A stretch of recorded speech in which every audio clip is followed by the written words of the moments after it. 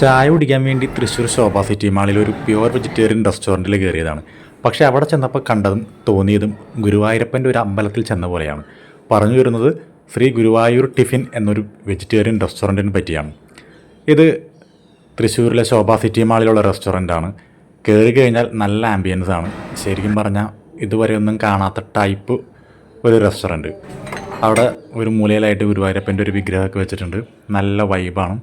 കയറി കഴിഞ്ഞാൽ എന്താണ് പറയുക, നമ്മൾ മസ്റ്റായിട്ടും കയറിയിരിക്കേണ്ട ഒരു ഫീൽ എന്ന് പറയാം.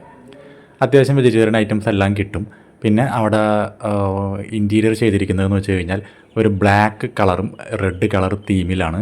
പിന്നെ വുഡൻ വർക്ക് നന്നായിട്ട് ചെയ്തിട്ടുണ്ട്. നമസ്കാരം എന്ന് ഇംഗ്ലീഷിലും മലയാളത്തിലും മിക്സ് ചെയ്ത് ഒരു ബോർഡും അതിൻ്റെ എൻട്രൻസിലെ വാതിൽ പഴയ ടൈപ്പും അച്ചുകൊണ്ടുള്ള വാതിൽ പോലെ ചെയ്തിരിക്കുന്ന വർക്കും നൈസായിട്ടുണ്ട്.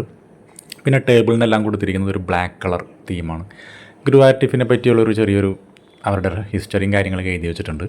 ഇത് പുഴയ്ക്കലിലും ഇതേപോലെ ഒരു റെസ്റ്റോറൻറ്റ് ഉണ്ട്. മാളിനകത്ത് മാത്രമല്ല, മാളിന് തൊട്ടടുത്ത് പുറത്ത് റോഡ് സൈഡിലും ഈ റെസ്റ്റോറൻറ്റ് വരുന്ന വഴിക്ക് കാണാൻ പറ്റും.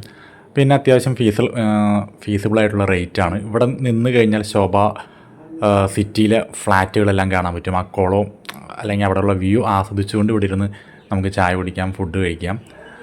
അവിടെ മറ്റൊരു കാര്യം എടുത്തു പറയേണ്ടത് അവരുടെ ലൈറ്റിങ്, അരോമ, മ്യൂസിക്, നല്ല എന്താണ് പറയുക, ക്ലാസിക്കൽ സോങ്സ്, ലൈറ്റായിട്ടുള്ള പാട്ടുകൾ, കൃഷ്ണൻ്റെ ഭക്തി ഗാനങ്ങളെല്ലാം ബാക്ക്ഗ്രൗണ്ടിൽ വെച്ചിട്ടുണ്ട്. ഫിൽറ്റർ കോഫി ആയിരുന്നു ഓർഡർ ചെയ്തത്. നല്ലൊരു കോഫി തന്നെ കിട്ടി. ഞാൻ എക്സ്പെക്റ്റ് ചെയ്ത പോലെ തന്നെ ആ ഒരു ബ്രോൺസിൻ്റെ ഗ്ലാസ്സിലാണ് തന്നത്.